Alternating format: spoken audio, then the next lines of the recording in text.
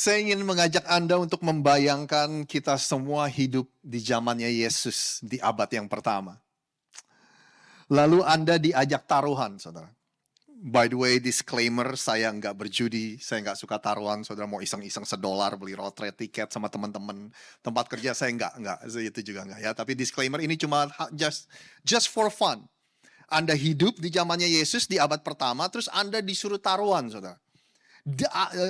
Anda harus pilih dari ketiga ini, mana dari ketiga ini yang 2000 tahun mendatang masih ada.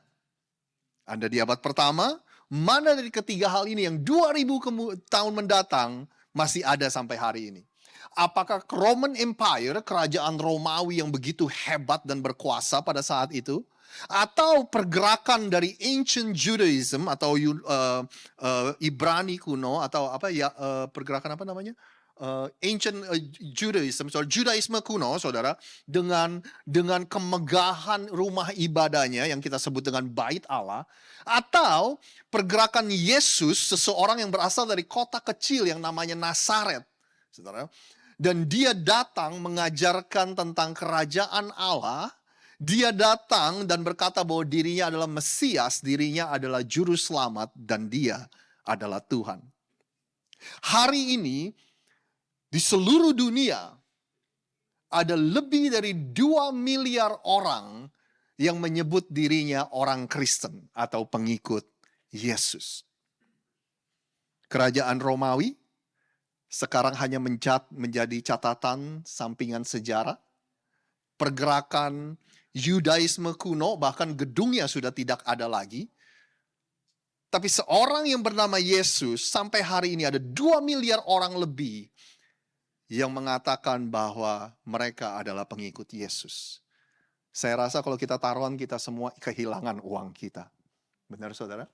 Bagaimana mungkin seseorang yang nggak punya daerah kekuasaan, teritori, seseorang yang nggak punya pasukan military, dan seseorang yang nggak punya otoritas kekuasaan atau kedudukan, saudara, authority, tapi sampai hari ini pergerakannya semakin hari semakin besar. Nah, hari ini saya ingin lanjutkan serial khotbah kita yang kita beri judul The Upside Down Kingdom, yaitu kerajaan yang terbalik. Saya mau sedikit merefresh ingatan Anda, karena minggu lalu ada pembicara tamu, jadi sempat skip seri khotbah kita. Tapi saudara, kita berkata seperti ini, beberapa minggu lalu waktu kita mulai serial khotbah ini, bahwa pesan Yesus waktu dia datang ke dunia ini, bukanlah bahwa Anda kalau mati, Anda akan pergi ke surga. Itu bukan pesan utama dari Yesus waktu dia datang, saudara. Tapi waktu Yesus datang, pesan utamanya adalah bahwa kerajaan surga sudah datang. Yesus kemana-mana pergi mengajarkan tentang yang namanya kerajaan surga. Bahkan dia berdoa, datanglah kerajaanmu di bumi seperti di surga. Jadi saya nggak tahu gimana ceritanya, gimana sejarahnya, kenapa kok kekristenan menjadi tentang kalau kita mati kita akan pergi ke sebuah tempat, saudara. Sedangkan kekristenan Yesus memberitakan tentang kedatangan. Kekristenan adalah tentang kedatangan, bukan kepergian. Kedatangan Sang Juru Selamat ke muka bumi ini, ya kan, didirikannya kerajaannya di muka bumi ini, suatu hari dia akan datang kembali untuk merestorasi bumi ini, saudara. Gimana kok ceritanya kekristenan itu hanya disimpulkan menjadi kalau mati kita masuk surga? Undangan Yesus kepada Anda dan saya adalah undangan untuk hidup di dalam kerajaan surga. Apa maksudnya hidup di dalam kerajaan surga? Kita definisikan seperti ini. Yesus mengundang kita untuk menghidupi kehidupan kita di bawah manajemen yang baru.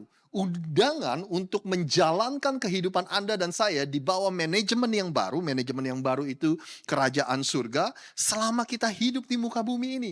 Artinya, Anda memang masih tinggal di muka bumi ini, di dunia ini. Tapi cara hidup Anda berbeda karena Anda tidak lagi hidup dengan menggunakan value system atau nilai-nilai kerajaan dunia, melainkan Anda hidup dengan memegang nilai-nilai kerajaan surga. Anda masih bersama saya, saudara? Masih mengikuti? Nah, apa itu nilai-nilai kerajaan surga? Kita buat daftarnya. Ini yang akan kita bicarakan setiap minggu. Nilai-nilai kerajaan surga, gaya hidup kerajaan surga adalah cara kita naik adalah turun, saudara. Ini yang akan kita bicarakan hari ini. Cara untuk mendapatkan hidup, kita harus mati. Cara mendapatkan, cara kita menerima, yaitu kita memberi. Pastor Bobby udah khotbah tentang ini 2 minggu yang lalu, saudara. Cara membalas adalah dengan mengasihi. Dan cara menjadi kuat adalah menjadi lemah. Sekarang Anda mulai nangkep kenapa disebut dengan upside down kingdom. Ya kan, kenapa disebut dengan kerajaan yang terbalik? Karena terbalik dengan apa yang dunia ajarkan, saudara. Ya kan, dunia ajarkan untuk Anda mendapatkan, untuk Anda menerima, Anda harus raup sebanyak-banyaknya, Anda hidup dengan tangan tertutup, saudara. Tapi kerajaan surga mengajarkan, kalau Anda ingin mendapatkan, Anda hidup dengan tangan terbuka. Anda memberi, saudara. Nah, hari ini kita akan bicarakan yang satu yang tadi saya bilang, saudara. Bahwa cara naik adalah turun. Cara kita untuk menjadi yang terbesar, yaitu kita turun dan melayani. Ya. Dunia mengajarkan Anda dan saya, Anda ingin menjadi yang terbesar, Anda ingin ada di atas, kita sikut, kita sikat orang di kanan kiri kita, kita injek orang yang di bawah kita supaya kita bisa naik ke atas. Tapi kerajaan surga terbalik dari apa yang dunia ajarkan. Kalau Anda ingin naik ke atas, Anda turun ke bawah. Kalau Anda ingin menjadi yang terbesar, Anda melayani orang lain, saudara. Hari ini, kita akan bicarakan tentang topik yang kita sebut dengan leadership atau kepemimpinan. Saya mau tanya sama Anda semua. Siapa dari Anda yang merasa bahwa Anda adalah seorang pemimpin?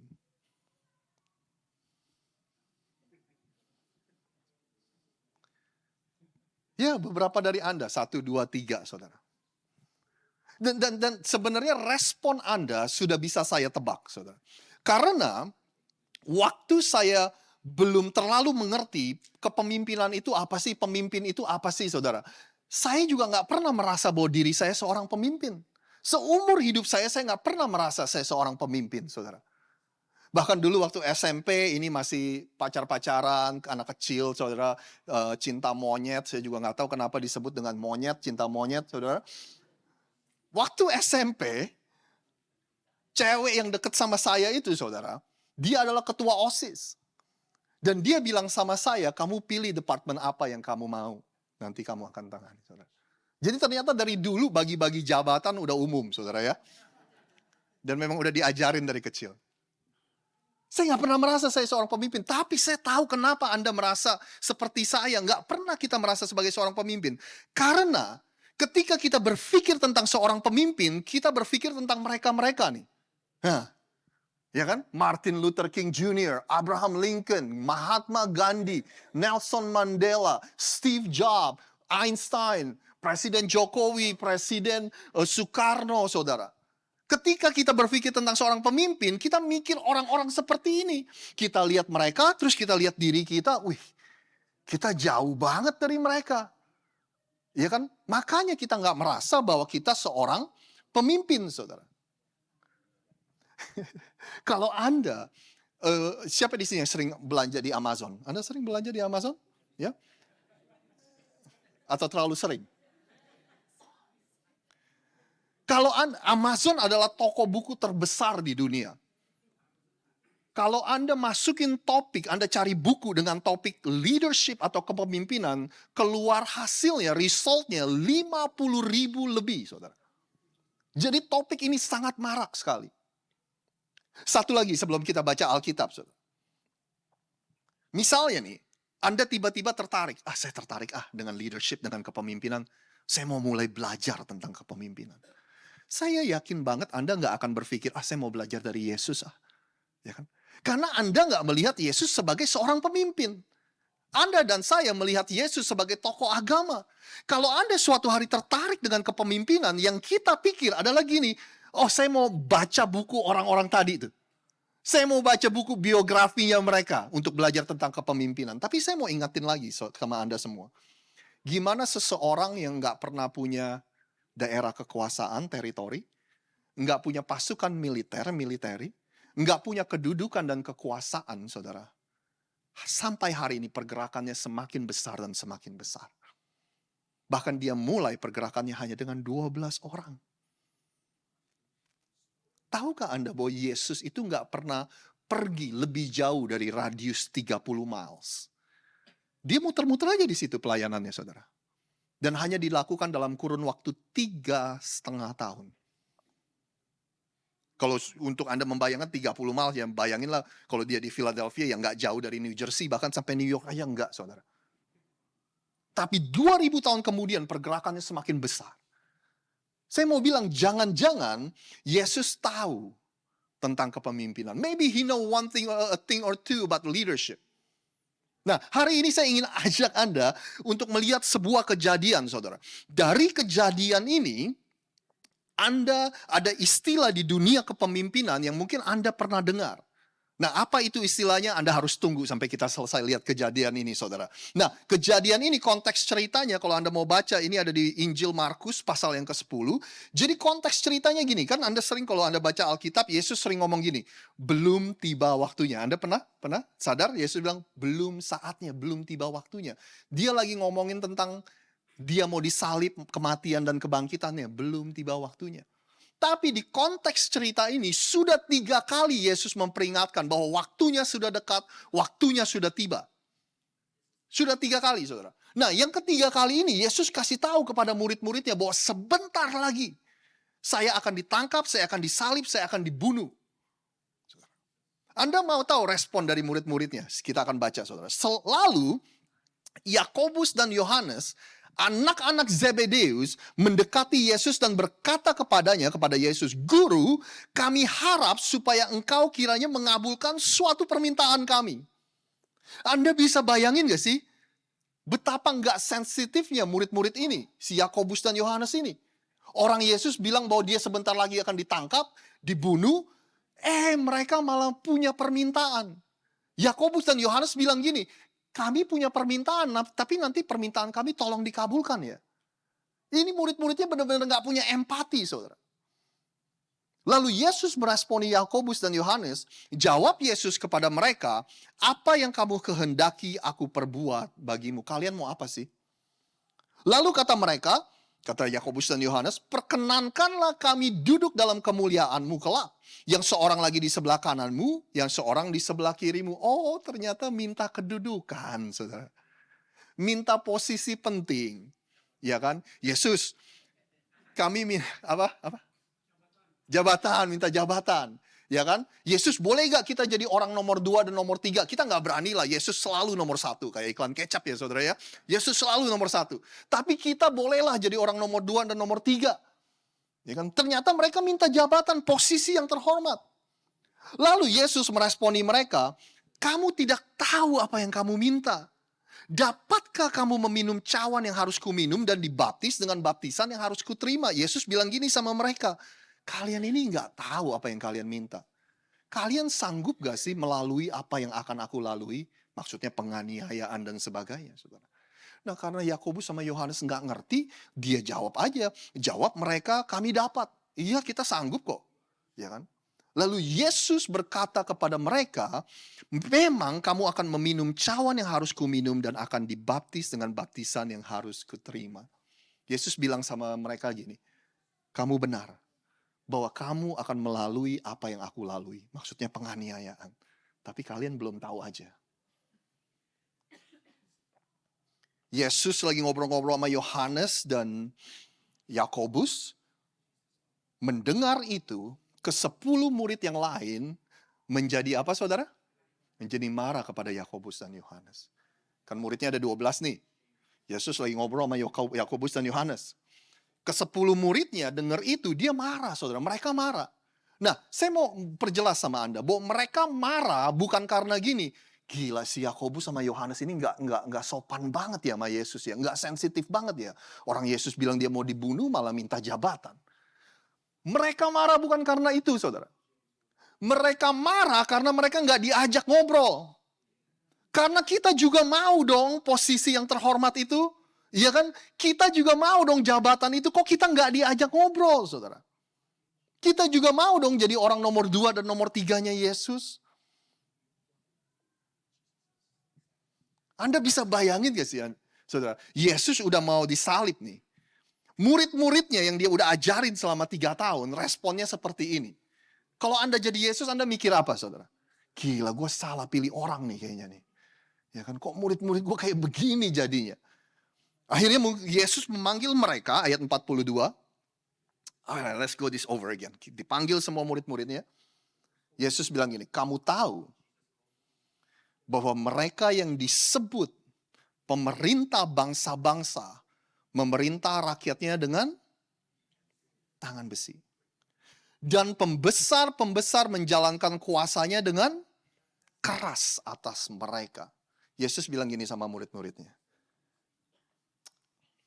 Kalian tahu kan, di dunia ini, cara kerjanya, orang yang ada di atas, itu mendapatkan segala-galanya. Orang yang di atas itu mempunyai segala-galanya.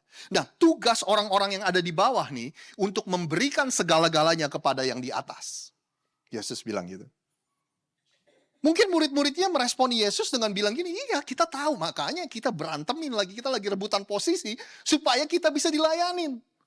Supaya kita bisa ada di posisi atas dan orang-orang bawah akan melayani kita. Makanya kita rebutin posisi itu sekarang. Lalu apa yang dikatakan Yesus berikutnya, saudara, ini adalah catatan penting untuk murid-muridnya, ini adalah catatan penting untuk Anda dan saya. Anda dan saya harus ingat baik-baik sebagai pemimpin kerajaan surga. Tidaklah demikian di antara kamu. Kamu gak akan seperti itu, kata Yesus. Karena kamu berbeda cara kamu memimpin dengan kerajaan dunia. Barang siapa ingin menjadi besar di antara kamu, hendaklah ia menjadi pelayan. Barang siapa ingin menjadi terkemuka di antara kamu, hendaklah ia menjadi hamba untuk semuanya, saudara. Ingin jadi besar, turun ke bawah untuk melayani. Ingin menjadi terkemuka, turun ke bawah untuk menjadi hamba, saudara. Ini bukan bicara soal Anda sama Tuhan, aduh saya bukan hamba lagi, enggak, saudara. Ya kan? Ini membicarakan tentang bagaimana kita melayani satu dengan yang lain. Kamu mau jadi besar, Yesus nggak permasalahin. Kamu ingin menjadi yang terkemuka, bukan itu masalahnya. Yesus nggak pernah keberatan kalau kita ingin jadi orang yang besar dan orang yang terkemuka, kita punya kekuasaan, kita punya pengaruh, kita punya banyak uang. Semua itu tidak dipermasalahkan oleh Yesus. Yang Yesus permasalahkan adalah bagaimana cara kita mendapatkannya. Dan setelah kita mendapatkannya, apa yang akan kita lakukan dengan semua itu. Anda masih bersama dengan saya? Anda tahu maksud saya? Saudara? Jadi besarnya, jadi terkemukanya nggak masalah, saudara. Yang Yesus permasalahkan adalah ketika kamu mendapatkan semuanya itu, apa yang akan kamu lakukan dengan semua yang kamu punya. Anda bisa bayangin gak sih waktu Yesus tanya sama murid-muridnya, siapa di sini ingin menjadi yang terbesar? Semuanya angkat tangan, saudara. Siapa di sini yang ingin menjadi pelayan atau hamba dan melayani satu dengan yang lain? Semuanya turun tangan. Kenapa, saudara? Karena murid-murid Yesus. Nih, buat Anda dan saya ya, hamba atau ini cuma sebuah konsep, saudara. Aduh, saya ingin menjadi punya hati yang melayani. Saya ingin punya hati seorang hamba. Buat Anda dan saya, ini cuma konsep. Buat murid-murid Yesus, mereka tahu persis pelayan dan hamba itu seperti apa. Bahasa Inggrisnya slave, saudara. Makanya siapa juga yang mau?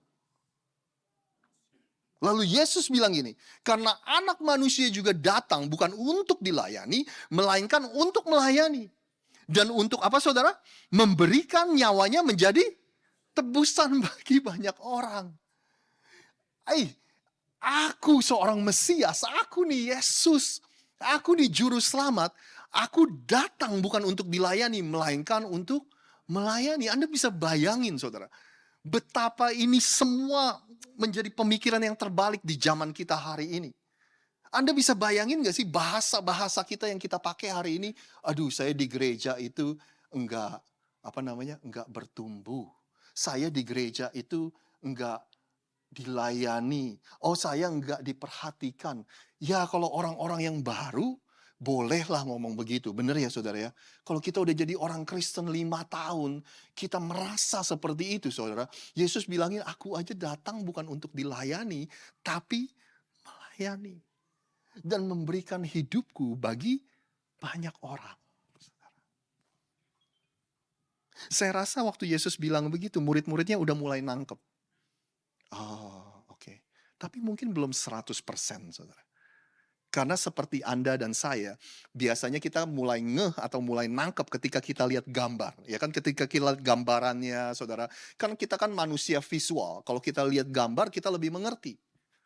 Tapi keesokan harinya, hari Kamis malam sebelum Yesus ditangkap, saudara. Mereka berkumpul di sebuah ruangan. Sementara itu sebelum hari Paskah mulai, Yesus telah tahu bahwa saatnya sudah tiba. Ini malam sebelum Yesus ditangkap nih. Mereka ngumpul di satu ruangan, mereka lagi makan malam. Di tengah-tengah mereka makan malam, bangunlah Yesus dan menanggalkan jubahnya. Ia mengambil sehelai kain lenan dan mengikatnya pada pinggangnya. Kemudian ia menuangkan air ke dalam sebuah basin dan mulai membasuh kaki murid-muridnya. Lalu menyekanya dengan kain yang terikat pada pinggangnya. Mereka tengah-tengah makan malam, Yesus buka jubahnya, saudara. Jubah seorang rabi yang melambangkan kehormatan. Dia tanggalkan, dia ambil anduk, dia ambil kain, dia ikat di pinggangnya. Dan kaki satu demi satu dia cuci kakinya. Anda bisa bayangin gak sih? Betapa kotornya kaki mereka. Ya. Kita zaman sekarang kita pakai sepatu aja, saudara. Kadang kita lihat kaki kita bilang, kita kadang-kadang masih kotor. Bayangin orang pada waktu itu, kemana-mana mereka pakai sendal. Jalan di padang pasir di timur tengah, saudara.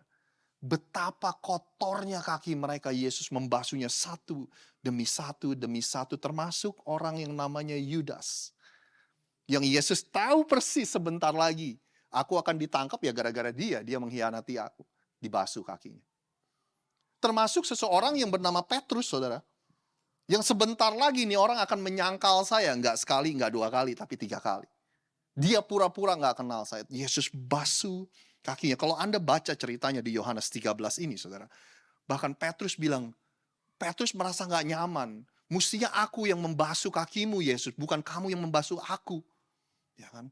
Kenapa, saudara? Karena murid-muridnya tahu persis. Tangan Yesus, saudara. Yang orang buta disentuh, dijamah jadi melek. Tangan Yesus, orang yang lumpuh diangkat dengan tangannya bisa jalan kembali. Tangan Yesus, saudara. Orang yang kusta dijamah dengan tangannya menjadi sembuh.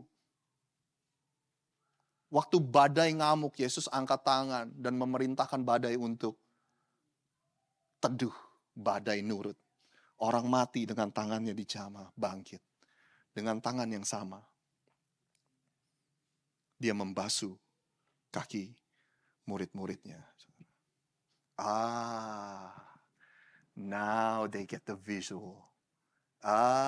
Sekarang mereka baru karena dia udah lihat gambarannya. Mereka sudah alami sendiri gambarannya. Ini adalah pelayan, ini adalah pemimpin yang melayani, saudara. Mau jadi terbesar, mau jadi terkemuka, jangan alergi untuk melayani. Mau jadi terbesar, mau jadi terkemuka, jangan alergi untuk menjadi hamba satu dengan yang lain, melayani satu dengan yang lain. Kalau kita sudah mulai berpikir kita terlalu besar untuk melayani, Yesus bilang, ingatlah apa yang aku lakukan untuk kamu malam hari ini.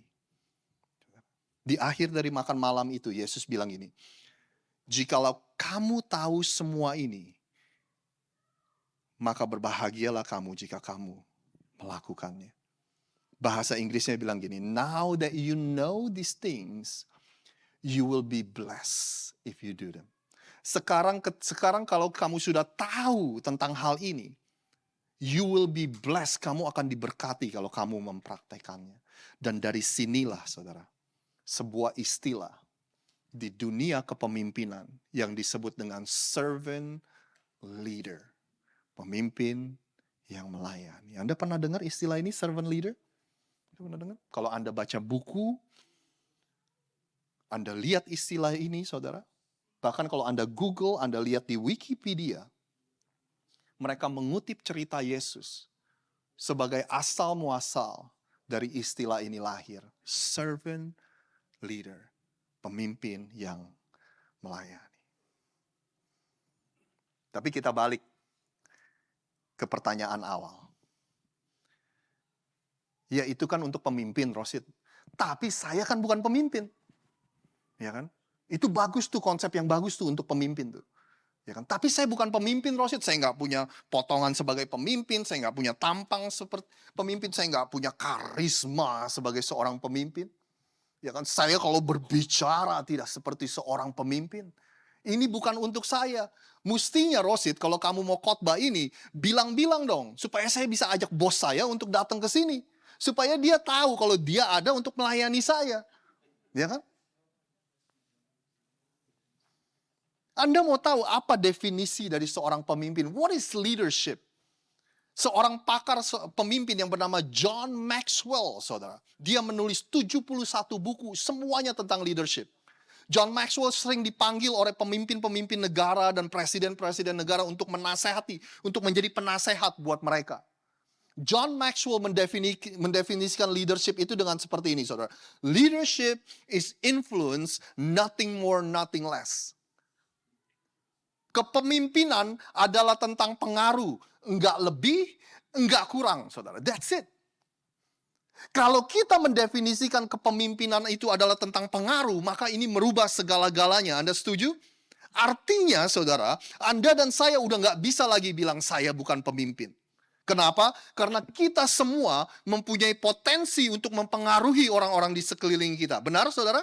Ya kan? Di sekolah, di tempat kerja, di rumah, di komunitas, ketika Anda berinteraksi dengan orang-orang di sekeliling Anda, di gereja, waktu Anda makan di restoran, waktu Anda ngumpul sama teman-teman, baik Anda seorang pelajar, baik Anda pekerja, bos, manajer di tempat kerja Anda seorang papa, Anda seorang mama, opa, oma, anak, orang tua, saudara, suami, istri, semua dari kita berpotensi untuk mempengaruhi orang-orang di sekeliling kita. Katakan amin, saudara.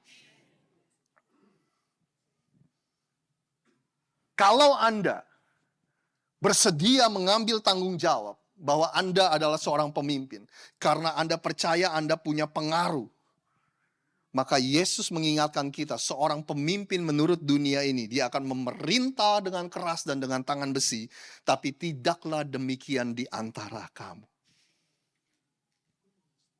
Seorang pemimpin dalam kerajaan surga, cara kita memimpin, yaitu kita melayani orang lain. Boleh ada amin, saudara? Saya akan tutup dengan ini, Bapak Ibu. Di Kisah Para Rasul 13 ayat 36 dikatakan seperti ini. Sebab Daud melakukan kehendak Allah pada zamannya. Lalu ia mangkat, ia mati, dan dibaringkan di samping nenek moyangnya. Bahasa Inggrisnya dikatakan ini. Now when David had served God's purpose in his own generation, he fell asleep. Setelah Daud melayani tujuan Allah pada generasinya, dia tertidur. Artinya dia pergi, dia mati dan udah selesai. Gimana kalau ternyata ini bukan hanya untuk Daud, tapi Anda dan saya dipanggil untuk melayani generasi kita, saudara. Setelah Anda melayani generasi kita, selesailah tugas kita seperti Daud. Gimana kalau Tuhan hari ini mau Anda dan saya tidak lagi melemparkan tanggung jawab dengan berkata, saya bukan pemimpin, saya bukan siapa-siapa. Melainkan Anda mengambil tanggung jawab dan berkata, saya seorang pemimpin karena saya punya pengaruh. Dan seorang pemimpin dalam kerajaan surga akan melayani orang-orang yang ada di sekeliling kita, orang-orang yang Tuhan tempatkan ada di sekeliling kita. Kita ada untuk menginspirasi orang-orang yang kita layani, membawa pengaruh kepada orang-orang yang kita layani. Pertanyaannya sebelum Anda dan saya pulang, bagaimana Anda dan saya melayani generasi kita? Bagaimana Anda dan saya melayani dan menginspirasi orang-orang di sekeliling kita? Pertanyaannya, nilai-nilai apa yang Anda akan berikan kepada orang-orang di sekeliling kita? Saya mau cerita beberapa hal aja tentang kehidupan saya dan Nana, saudara. Tapi sebelum itu saya mau bilang sama Anda, kita menceritakan ini bukan untuk bilang sama Anda bahwa kita adalah contoh yang sempurna yang Anda harus ikuti. Bukan, saudara. Ini nilai-nilai yang kita pegang. Dan Anda pun, saya berdoa, seharusnya mempunyai nilai-nilai yang Anda pegang. Karena pada akhirnya nilai-nilai itulah yang Anda akan tularkan kepada orang-orang yang Tuhan sudah tempatkan di sekeliling Anda. Beberapa lama yang lalu saya nggak sengaja, saya selama ini nggak tahu ini, saudara.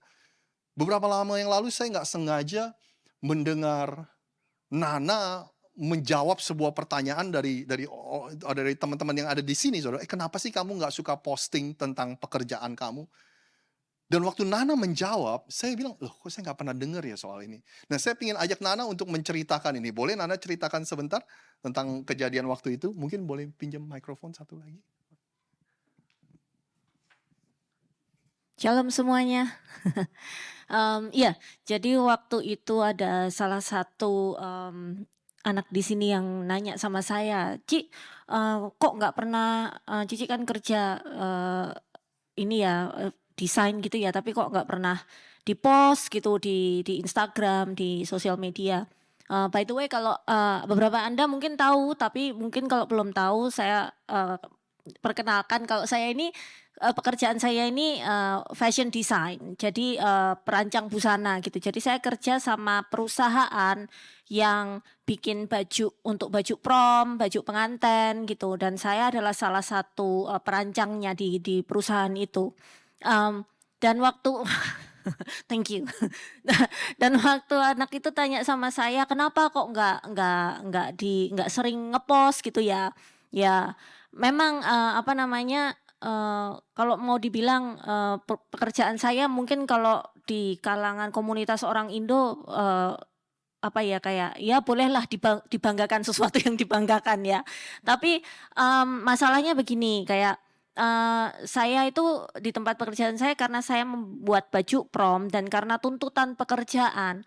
Jadi baju yang saya rancang ini saya harus menyesuaikan dengan tren-tren yang ada di negara ini gitu. Dan tren-tren yang ada di negara ini terus terang saja, saya kalau anak saya suruh pakai, saya juga nggak mau pakai. Yang di atas diturunin, yang di atas dinaikin, yang di bawah dinaikin. Jadi makanya kadang itu saya di tempat pekerjaan itu juga sering kayak dilema gitu kan ya, tapi karena ya saya masih perlu pendapatan dan karena ini tuntutan pekerjaan jadi saya gimana-gimana juga harus melakukan gitu.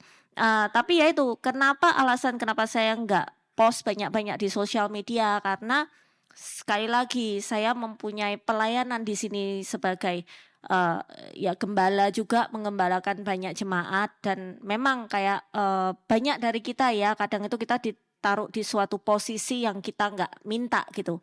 Saya jadi ibu gembala kan juga karena saya nikah sama Rosid gitu. Saya nggak minta, Tuhan saya mau jadi ibu gembala dong, nggak pernah gitu. Dan apa namanya? Jadi kayak karena saya sudah diberi Tuhan, dipanggil Tuhan, dipilih Tuhan untuk menjadi ibu gembala. Saya tahu tanggung jawab saya gitu. Banyak juga anak-anak muda, orang-orang di gereja yang pasti juga temenan sama saya di Instagram, di sosial media ya kan. Saya nggak mau mempromosikan baju-baju yang menurut saya sendiri itu nggak sesuai dengan nilai-nilai kehidupan saya, nilai-nilai yang saya percayai di sosial media saya dan itu akan menjadi sesuatu yang dilihat sama orang-orang, oh kalau Cik Nana post kayak gitu berarti baju itu boleh dong saya pakai. Nah, saya tuh nggak mau, orang-orang berpikiran seperti itu. Jadi, ya kadang-kadang saya kalau misalnya pas ada event-event yang besar di tempat kerja saya baru post gitu, tapi saya tidak mempromosikan produk-produk. Ya nggak semua bajunya begitu, enggak. Tapi, saya nggak mau orang-orang nanti, apa namanya, terpengaruh lah gitu istilahnya. Ya, jadi kalau kita sudah mulai eh, berani untuk mengambil tanggung jawab bahwa kita seorang pemimpin, kita mempunyai pengaruh, ya kan, walaupun kita nggak mempunyai gereja yang ada 10.000 orang isinya, tapi inilah yang Tuhan percayakan buat kita, dan kita berkomitmen untuk semampu kita, apakah kita akan sempurna enggak, tapi Mm-mm. semampu kita untuk memberikan nilai-nilai yang kita ingin berikan, ya kan? Betul. Kita Ya. enggak memforsir Anda untuk mempunyai nilai-nilai seperti ini, kita juga nggak memforsir Anda untuk mengambil tanggung jawab seperti yang kita ambil, tapi pada akhirnya Anda akan mempengaruhi orang-orang di sekeliling Anda dengan nilai-nilai yang Anda pegang. Bulan Mei kemarin kita punya kesempatan untuk merayakan anniversary kita pergi ke Puerto Rico, ya kan? Pas mau pulang di airport, kita mau cari-cari hadiah, oleh-oleh lah untuk teman-teman, saudara. Nggak tahu, mungkin Nana bisa ceritain. Iya, jadi, waktu kita cari oleh-oleh itu, udah mepet nih waktunya kita di airport gitu ya. "Aduh mau beliin apa ini mau beliin apa ini?" Saya nanya sama Rosid. Nah itu di airport itu kan banyak ada barang-barang, toko-toko yang jual banyak alkohol gitu ya. Terus saya bilang, "Aduh Mas apa dibeliin alkohol ya?" Rosid bilang, "Janganlah."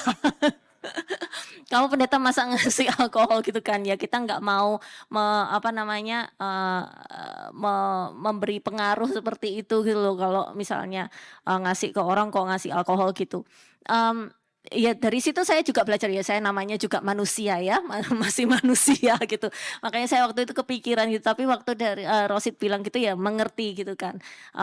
Jadi ya akhirnya kita beliin yang lain, kita nggak beliin alkohol gitu. Iya. Kalau Anda tanya saya, sepengertian saya, di Alkitab tidak dicatat bahwa minum itu dosa, saudara. Yang dosa itu adalah mabuk, ya. Nah, yang seperti bilang, kita nggak berkata bahwa kita adalah contoh yang sempurna. Once in a while, kadang-kadang sambil makan kita minum segelas wine gitu ya. Tapi untuk mempromosikan sesuatu gitu, saudara ya. Untuk mempromosikan, untuk kayak seperti alkohol atau apa, kita sangat-sangat sadar diri, kita sangat aware. Ya kan, waktu di airport itu komentar saya kepada Nana adalah gini, kalau kita nggak mempromosikan itu, seharusnya kita nggak memberikan hadiah dalam bentuk itu, saudara. Jadi ini adalah hal sekali lagi yang saya berdoa Anda dari sejak sekarang bahkan untuk memikirkan, saudara, apa nilai-nilai yang Anda ingin tularkan kepada orang-orang yang Tuhan sudah tempatkan di sekeliling Anda. Ya kan, kita anak-anak juga kita sangat intentional, sangat sengaja, saudara. Apa namanya, ketika minum bir, minum wine di depan mereka, saudara kita. Ya sekali lagi, ini berbeda ya. Saya sih kayaknya enggak lah untuk kasih anak-anak coba gitu, saudara. Karena kadang-kadang saya mikir tugas kita itu sebagai orang tua ya untuk menjadi orang tua atas mereka, bukannya untuk menjadi best friend dari mereka, saudara. Ya mungkin suatu hari lah ketika mereka sudah besar, sudah dewasa, mungkin peranan kita akan berbeda, ya kan? Tapi ketika mereka kecil, saya merasa ya tugas kita ya sebagai orang tua jangan pergi dari tanggung jawab itu, ya kan? Sebagai orang tua ya kadang-kadang kita akan buat keputusan yang nggak disukai anak-anak kita, amin, saudara? Ya kan? Amin. Akan ada keputusan yang nggak akan disukai sama mereka. Hal-hal yang kita tanamkan ke anak-anak misalnya bahwa iman itu sangat penting. Tuhan itu adalah bagian yang terutama. Kita anak-anak Tuhan, jadi untuk kita pergi ke gereja, saudara, untuk kita beribadah rutin, gereja adalah bagian besar dalam kehidupan kita. Dan waktu anak-anak, sekarang anak-anak sangat familiar. Hari Jumat, Dedi ada live group. Hari ini, Dedi ada live group, saudara. Apa sih kerinduan kita? Nilai-nilai yang kita mau tanamkan, bahwa kamu nggak bisa kok hidup sendirian. Ya, suatu hari kamu misalnya pergi keluar kota untuk kuliah, karena mereka sudah dibiasakan untuk mencari komunitas. Hal yang pertama saya berdoa supaya mereka langsung cari komunitas. Mereka akan selalu lihat papa mamanya selalu plug in, selalu menjadi bagian dari kelompok kecil, dari life group, dari komsel, saudara. Supaya itu tertular sama mereka. Karena mereka nggak bisa hidup sendirian. Ya kan? Ya. Lalu dalam soal kita mengelola keuangan juga, mungkin Anda boleh cerita waktu awal-awal kita menggembalakan, saudara, karena kita masih punya kebiasaan-kebiasaan lama. Mungkin ini yang Ya. terakhir boleh diceritakan. Iya, jadi sekali lagi waktu saya sama Rosid pertama menggembalakan gereja gitu ya, ya mungkin mungkin ini adalah culture kebiasaan dari gereja-gereja, nggak tahu di Indo apa di gereja yang lain gitu ya. Kalau misalnya pas ulang tahun gitu jemaat-jemaat itu ada yang memberikan barang-barang yang cukup mewah gitu kepada gembalanya gitu kan. Jadi waktu itu pertama kali awal-awal kita menggembalakan, saya sebagai bu gembala gitu ulang tahun, saya diberikan beberapa ya tas-tas gitu yang bermerek begitu kan ya. Ya tapi ada beberapa yang sempat kesel gitu. Bukan kok nggak pernah dipakai sih tasnya gitu. Tapi begini, bukannya saya tuh nggak mau pakai, bukannya juga hal-hal yang seperti itu, maksudnya nggak boleh ngasih gembalanya hal-hal yang bagus, barang yang bagus, bukan seperti itu. Tapi sekali lagi pengaruh yang saya promosikan gitu kan ya. Kalau misalnya saya tiap minggu pakai barang-barang yang mewah gitu, otomatis orang-orang akan berpikir, oh kalau saya ngasih harus barang-barang yang merek itu gitu. Nah ada suatu kejadian seperti ini ya, jadi kayak memberi gambaran yang lebih jelas lagi gini, waktu itu kita dikasih sama salah satu jemaat barang yang bagus itu waktu itu hadiah ulang tahunnya Rosid itu waktu itu. Tetapi setelah beberapa saat kita kok dengar ternyata orang ini bilang dia tuh cerita dia dalam masalah keuangan, ada kesulitan keuangan. Nah dari situ kan kita kan mikir, loh ya sedih dong, kapan hari barusan ngasih kita barang mewah gitu, kok kamu keuangannya kok nggak ternyata masih berantakan gitu loh. Kita sebagai gembala itu sedih gitu loh. Mendingan ini nggak usah ngasih kita apa-apa, tapi keadaan keuangan Anda semua itu maksudnya baik gitu loh. Berkelimpahan gitu. Sekarang kan kalau kita menerima hadiah seperti ini terus dengar ada kesulitan keuangan, udahlah ini jadi dikembaliin aja buat bantu-bantu apa gimana gitu kan. Kita tuh yang dengar itu jadi sedih gitu. Jadi makanya kayak saya punya ada tas-tas merek ada, saya pakai, tapi saya pakainya di tempat lain.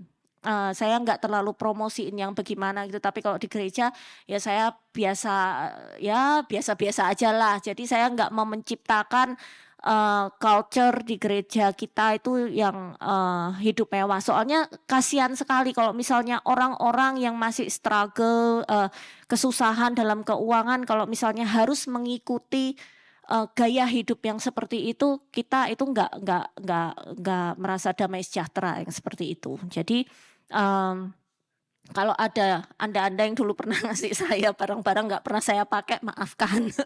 Saya pakai tapi nggak di sini, gitu. Iya, sebagai gereja sih kita nggak menganut teori teori kemiskinan. Saudara. Anda tahu doktrin kemiskinan, makin Anda miskin, Anda makin rohani katanya. Gitu. Kita nggak menganut itu ya, saudara. Demikian juga teologi kemakmuran, ya kan? Bahwa Tuhan ingin menjadikan kita semua kaya. Saya percaya dengan doktrin atau teologi kerajaan surga, saudara. Dan saya juga merasa kita nggak perlu kayak dibuat-buat sok sederhana, sok apa ya, pokoknya menurut saya kata yang saya suka itu ya sewajarnya aja, saudara, ya kan? Semua dari kita punya duri dalam daging kok. Artinya anda tahu, semua kita punya, ada yang hobinya suka koleksi ini, ya kan? Ada yang hobinya suka koleksi ini, it's okay, saudara, ya kan? Something fun, ya. Ahin koleksinya apa?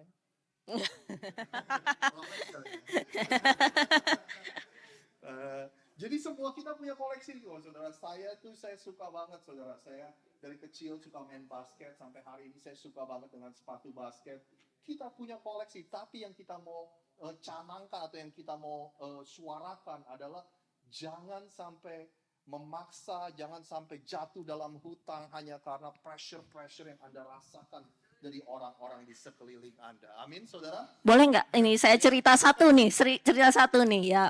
Ini yang pelajaran banget buat saya ini ya. saya itu kan kerja sama bos saya gitu ya, dia orang Eropa gitulah. Kalau saya lihat dia itu benar-benar dandanannya itu apa ya istilahnya klasik gitu kayak berwibawa gitulah buat cewek gitu kan ya. Jadi dia tuh kadang bawa tasnya ya Chanel, dompet Chanel gitu ya.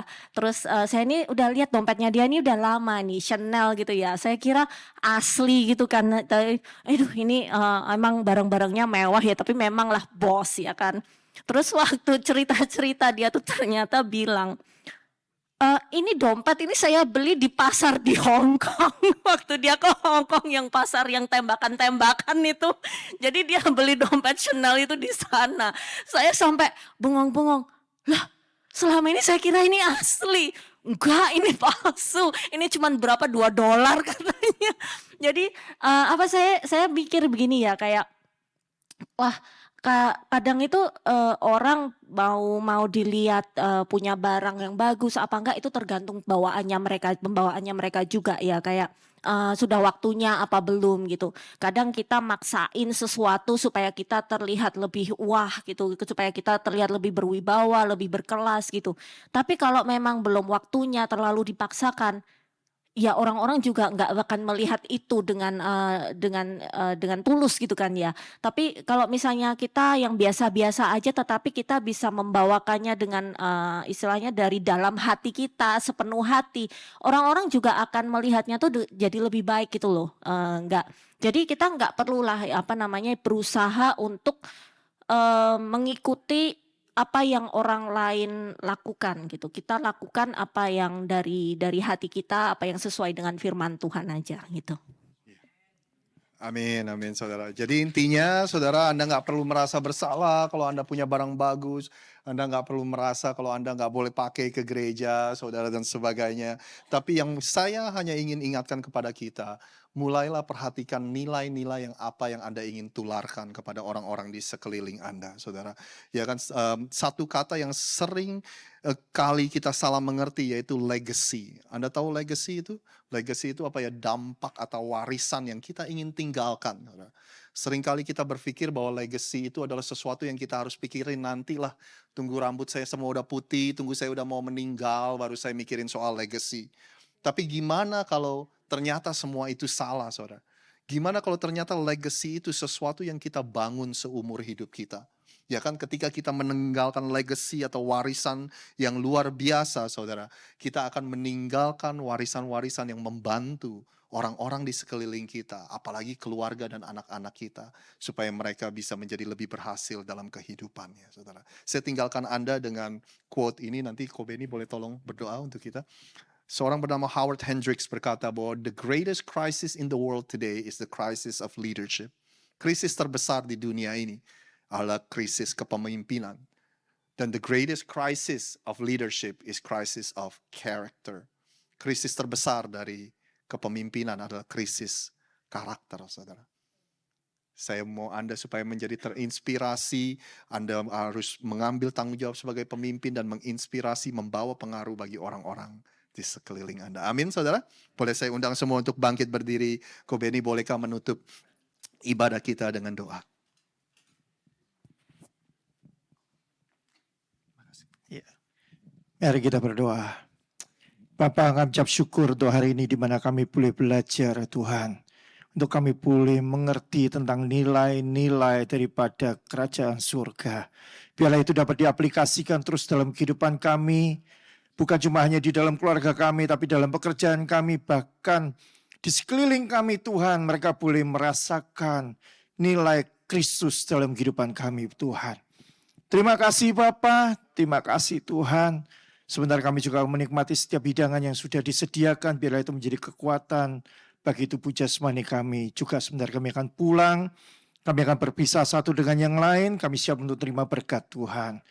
Saudara-saudara yang dikasihi Tuhan, pulanglah dengan berkat yang luar biasa yang sudah disediakan oleh Bapa kita di surga. Cinta kasih daripada Anak yang tunggal Yesus Kristus serta persekutuan yang manis dengan Roh Kudus menyertai kita mulai dari hari ini sampai selama-lamanya. Mari kita yang percaya, kita terima berkat Tuhan, katakan amin. Happy Sunday semuanya. Happy Sunday semua. Anda kasih salam samping kiri kanan Anda. Katakan Tuhan memberkati dan happy Sunday.